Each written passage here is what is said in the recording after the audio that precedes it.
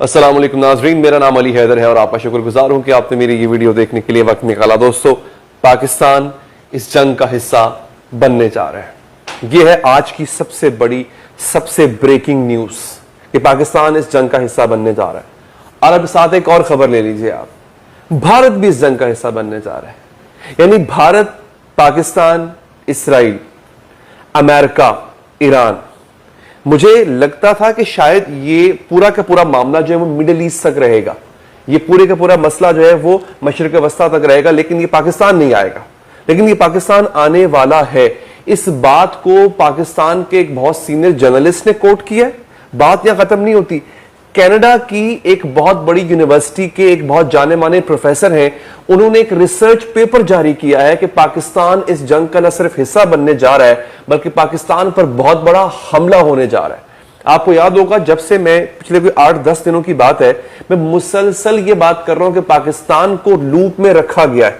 हमारे army chief का America जाना, ट्रंप से मिलना, मार्को रूबियो का यानी जो अमेरिका के वजीर खारजा हैं, उनका शहबाज शरीफ को कॉल करना और कॉल करके उसके बाद यह खबर सामने आना जो कि आजाद सैयद ने दी थी, जिसके मुताबिक हमसे यह कहा गया है कि हम ईरान के न्यूक्लियर प्रोग्राम को रोकें और हमें यह टास्क एक तरह से दिया गया है। देखो, आपको इस हुकूमत की हकीकत का पता है। जो ये हुकूमत है पाकिस्तान के अंदर, ये कोई मैंडेट लेकर तो आई नहीं है, अवाम के वोट लेकर तो आई कोई नहीं है। ये आई है बैसाखियों पे। बैसाखियां किसने फराहम की हैं आपको पता है। वो किसके आगे जो है वो हाथ फैलाते हैं, ये हमारी हुकूमत जो है, ये आपको पता है। तो जो वो ऑर्डर देंगे वो ये करेंगे। आप याद रखें, अफगानिस्तान में अमेरिका ने घुसना हो, पाकिस्तान में मदद चाहिए उसको। अब ईरान में अमेरिका को घुसना था, पाकिस्तान की मदद दरकार है। और जब जब अमेरिका को इस खित्ते में घुसना होता है, सबसे पहला काम अमेरिका क्या करता है? अमेरिका यहां की एस्टैब्लिशमेंट को ताकतवर करता है, जो कि आपके सामने हो चुकी हुई आपको पता है। अमेरिका डेमोक्रेसी को कमजोर करता है पाकिस्तान के अंदर। जो डेमोक्रेसी का हाल है, जिस तरह की ये जमहूरियत है, जो ये जमहूरियत के चेहरे हम पे मुसल्लत किए गए हैं, आपके सामने है। ठीक है जी। अब मैं आपको वो वीडियो दिखाऊंगा, वो ऑडियो सुनवाऊंगा जिसमें ये इंकशाफ किया गया। इससे पहले कि मैं आगे बढ़ूं दोस्तों, मैं हमेशा ये कोशिश करता हूं कि मेरी वीडियो सिर्फ वीडियो की हद तक न रहे बल्कि आपसे गुफ्तगू में कन्वर्ट हो जाए। तो मैं आपसे गुफ्तगू करता हूं इन वीडियोस के अंदर बराह रास्त। कैसे? आप लोगों ने कमेंट करना है और इस पे मुझसे डिस्कशन करनी है। मुझे अच्छा लगता है। मैं करता क्या होता हूं, जो पहले 100 कमेंट्स होते हैं उनको अपनी अगली वीडियो में शामिल करता हूं।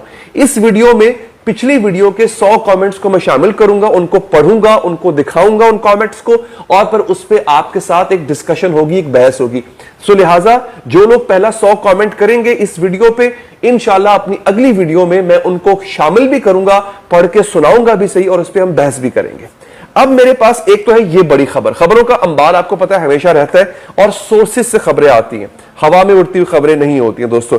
रूस और इसराइल की जो है वो इस वक्त आपस में एक तरह से ऐसे बॉन्डिंग नजर आ रही है हमें। रूस और इसराइल, 2 दिन पहले मैंने कहा था कि ईरान के स्पीकर, असेंबली के डेप्यूटी स्पीकर ने कहा है कि रूस से हमें धोखा दिया है। रूस से हमें कहा था मैं तुम्हारे साथ रहूंगा, रूस ने कहा था आगे बढ़ो, मेरा असलहा तुम्हारा, मेरा S-400 तुम्हारा, मेरे Su-39 तुम्हारे, यानी जहाज जो उसके थे, मेरी इंटेलिजेंस तुम्हारी। जब वक्त आया जंग का, रूस पीछे हट गया।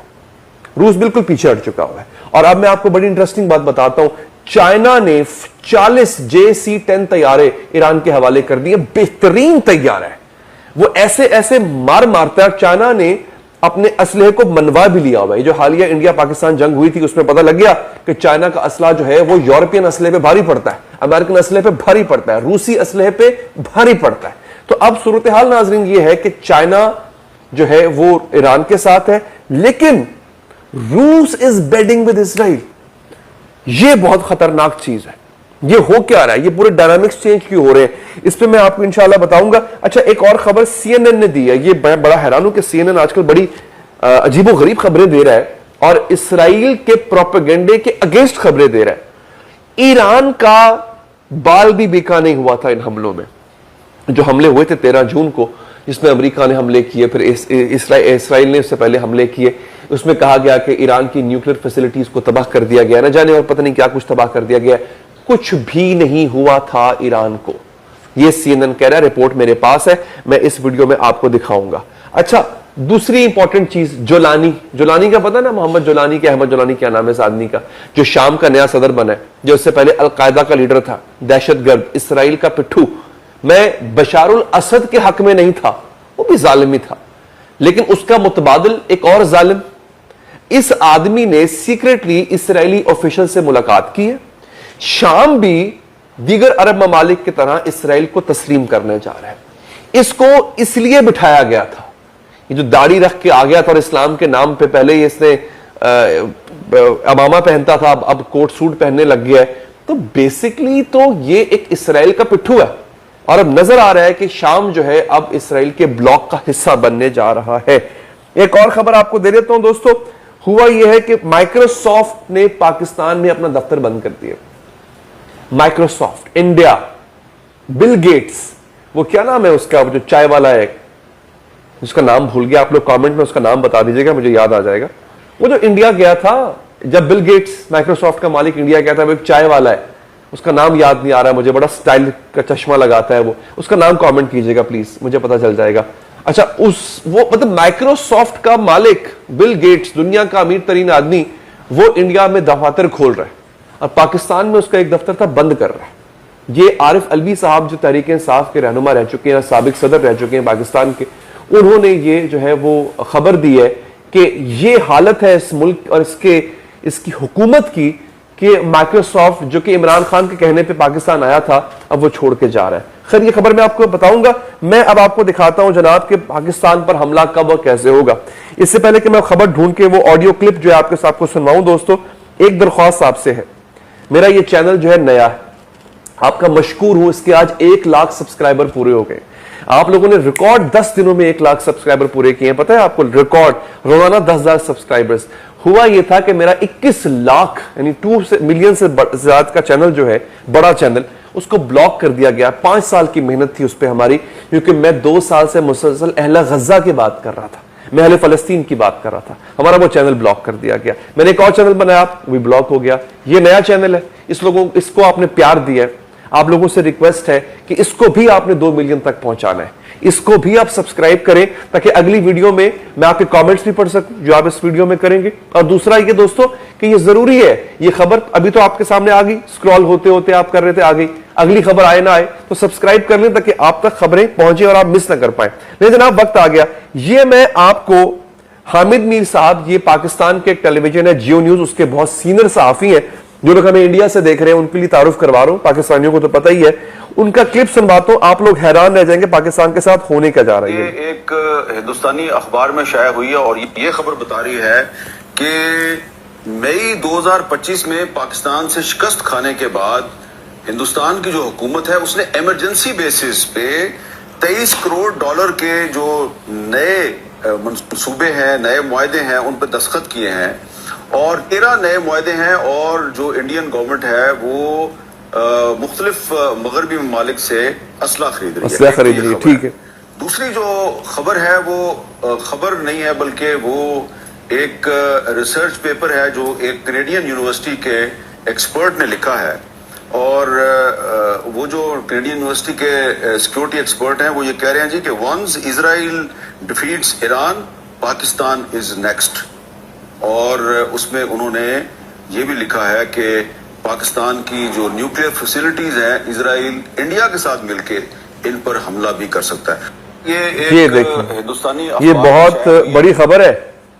और ये एक तो हिंदुस्तानी अखबार में ये शाया हुआ कि हिंदुस्तान जो है वो $23 करोड़ के असलहे खरीद रहा है। एक जो हिंदुस्तान से हमें देख रहे हैं वो इस बात की तस्दीक कर सकते हैं, ये अखबार में खबर छपी है। दूसरी इंपॉर्टेंट चीज क्या है, ये कैनेडियन यूनिवर्सिटी के प्रोफेसर का रिसर्च पेपर है जो कि इस वक्त इंटरनेट पे मौजूद है, आप जाके देख सकते हैं। और आपको याद होगा ये जो बात हामिद मीर साहब कर रहे हैं और ये जो अखबार में छपी है रिसर्च पेपर में, आज से कम भी कुछ 35-40 साल पहले का इंटरव्यू है नेतन्याहू का, इंटरनेट पे मौजूद है, आप निकाल के देख लीजिएगा। नेतन्याहू उस वक्त भी प्राइम मिनिस्टर बना था कुछ अरसे के लिए इसराइल का। उसके इंटरव्यू में उसने कहा कि आपको खतरा किससे, इसराइल को खतरा किससे? उसने कहा कि इसराइल को 2 मुल्कों से खतरा है। अच्छा, पाकिस्तान जो है उस वक्त मेरे ख्याल है कि नहीं, ये बात ज्यादा नहीं, 30 साल पुरानी है। पाकिस्तान एटमी ताकत बन चुका था। अच्छा, उसमें उसने कहा कि एक तो ईरान है जिससे इसराइल को खतरा है, और दूसरा पाकिस्तान है। अब मेरे लिए है ये बड़ी अचंभे की बात है कि ईरान तो बराह रास्त थ्रेट करता है ना इसराइल को, बराह रास्त कहता है कि मैं तुम्हें निस्तो नाबूद कर दूंगा। पाकिस्तान ने कभी इतना तपड़ दिखाया नहीं। बाय द वे, हमने इसराइल को गाली दी है, इसराइल को हमने बुरा भला कहा है, मजालिम को बुरा भला कहा है, लेकिन बराह रास्त धमकी नहीं दी कि ये लो जी आया जो गौरी। ये कभी नहीं कहा हमने कि हम तुम्हें तबाह कर देंगे, निस्तो नाबूद कर देंगे, ऐसा कभी नहीं। ऑफिशियल सतह की बात कर रहा हूं, अवाम की बात नहीं कर रहा, ऑफिशियली। फिर भी वो पाकिस्तान को थ्रेट समझते हैं। ये देखें खबर, और वही नेतन्याहू आज बरसर इक़्तिदार है। तो दोस्तों पाकिस्तान, और ये बात बिल्कुल मुसल्लम है कि इस ईरान को ठिकाने लगाने के बाद, जो कि इंशाअल्लाह नहीं होगा, इंशाअल्लाह नहीं होगा, इसराइल का प्लान है पाकिस्तान पे अटैक करना। और सबसे पहला काम क्या करना है कि पाकिस्तान की जौहरी ताकत को खत्म करना, पाकिस्तान की जौहरी ताकत को खत्म करना। याद रखिए, मैं एक वो वीडियो देख रहा था, उसमें ना आजरबाईजान का या आर्मेनिया का प्रेसिडेंट और रूस का प्रेसिडेंट जो है व्लादिमीर पुतिन, वो बैठे हुए थे, किसी कॉन्फ्रेंस में बैठे हुए थे। तो उसने बड़ी प्यारी बात की रूस के प्रेसिडेंट व्लादिमीर पुतिन ने। आर्मेनिया का प्रेसिडेंट कहता है कि हम चाहते हैं कि ना हम जो है वो न्यूक्लियर वेपन्स हासिल ना करें। हमें लगता है कि न्यूक्लियर वेपन्स हम हासिल नहीं करेंगे, हम उसके बदले इकोनॉमिक ग्रोथ का सौदा कर लेंगे मगरिब से, कि आप हमें पैसे दें, तिजारत करें, ठीक है, हम न्यूक्लियर वेपन्स नहीं रखते। व्लादिमीर पुतिन ने बड़ी प्यारी बात की। उसने कहा सद्दाम हुसैन भी यही सोचता था। कहां है सद्दाम हुसैन आज? अगर सद्दाम के पास न्यूक्लियर वेपन्स हकीकत में होते, याद रखिए अमेरिका कभी भी जुर्रत ना करता इराक पर हमला करने की। नॉर्थ कोरिया के पास वेपन्स हैं, उसने धमकी नहीं दी, उसके पास हकीकतन न्यूक्लियर वेपन्स हैं नॉर्थ कोरिया के पास। कितनी दुश्मनी है नॉर्थ कोरिया की अमेरिका से? कभी हमला करने का सोचा? मजाल ही नहीं हमला करे। ठीक है, जिस मुल्क के पास, मैं हामी नहीं हूं, मैं ये नहीं कह रहा कि न्यूक्लियर वेपन्स होने चाहिए, लेकिन दोस्तों अगर दुश्मन आपकी दहलीज पर आ पहुंचे और आपको ललकारे और आपको पता हो कि ये आपको नहीं छोड़ेगा, तो फिर जो हथियार आप बना सकते हो वो बनाओ, चाहे वो न्यूक्लियर वेपन ही क्यों ना हो। ईरान के पास अगर ये न्यूक्लियर वेपन आज धमाका कर दे ईरान, मैं देखता हूं इसराइल किस तरह हमला करता है ईरान के ऊपर, और यही हाल पाकिस्तान का है। इसीलिए पाकिस्तान को पहले डिसमेंटल करने की कोशिश की जाएगी कि उसके न्यूक्लियर वेपन्स को खत्म किया जाए, सबसे पहले ऐसा होगा। इस पे आप लोग कमेंट कर सकते हैं, मैं कोशिश करूंगा इंशाल्लाह। मैंने जैसे पहले कहा कि पहले 100 कमेंट्स को मैं शामिल करूंगा अपनी अगली वीडियो में। आप मुझे इस पर राय दें। मैं चाहता हूं कि अगली वीडियोस में, अपनी आने वाली वीडियोस में मैं आपकी जो है वो राय को शामिल करूं। आप लोग अहले इल्म हैं, मुझे इतनी खुशी होती है कि मुझे अहले इल्म लोग देखते हैं। ये जनाब है आपकी खबर। अब इन खबरों में दोस्तों पाकिस्तान का जो है वो सूरत हाल यह है कि क्या अगला हमला, अगली जंग इंडिया पाकिस्तान की होगी, या फिर पाकिस्तान से वो काम लिया जाएगा जो अफगानिस्तान जंग में लिया गया था। क्या पाकिस्तान बेसिकली हमें एक किराए की बंदूक बना दिया गया था? पाकिस्तान में दहशतगर्दी क्यों हुई थी? क्योंकि यहां के बेसिस को इस्तेमाल किया गया अफगानिस्तान पर हमला करने के लिए, यहां के लोगों को इस्तेमाल किया गया, यहां की इंटेलिजेंस को इस्तेमाल किया गया अफगानियों को कुचलने के लिए। तो क्यों ना वो हमसे नफरत करते हैं। तो दोस्तों यही काम जो है अगर ईरानियों के साथ करने के लिए अमेरिका इसके लिए पाकिस्तान का इस्तेमाल करता है, तो सोचे क्या होगा। और अगर हम इनकार करते हैं तो फिर हम पे एक और तलवार लटक रही है, वो हिंदुस्तान के जरिए। तो हिंदुस्तान जो हमें देख रहे हैं, क्या हिंदुस्तानियों के लिए भी ये जंग अच्छी नहीं है? जंग में नुकसान दोनों साइड्स का होगा, क्योंकि दोनों साइड्स के पास अच्छे हथियार, दोनों के पास लड़ने वाली फौज, दोनों के पास न्यूक्लियर वेपन्स है। लेकिन अब हमें एक टाइट स्पॉट पे डाला जा रहा है, या तो हम ईरान के खिलाफ अमेरिका की मदद करें या फिर एक नई जंग का सामना करें। जंग हम लड़ लेंगे, ऐसा नहीं कि हम जंग लड़ लेंगे, लेकिन उससे जो नुकसान होगा, माली जानी दोनों नुकसान होंगे उससे, उसका खमियाजा कौन भुगतेगा, उसके बारे में जो है वो इस वक्त मैं फिक्रमंद हूं। दोस्तों दोबारा आपसे रिक्वेस्ट करूंगा कि इस खबर के हवाले से और इस तरह की खबरों के हवाले से आप लोग अपना फीडबैक लाजमी दिया करें। मुझे बहुत अच्छा लगता है, मैं पढ़ता भी हूं, उनका जवाब भी देता हूं। अपना बहुत ख्याल रखिए। अगली वीडियो में बहुत जल्द हाजिर होने जा रहा हूं। अल्लाह निगहबान।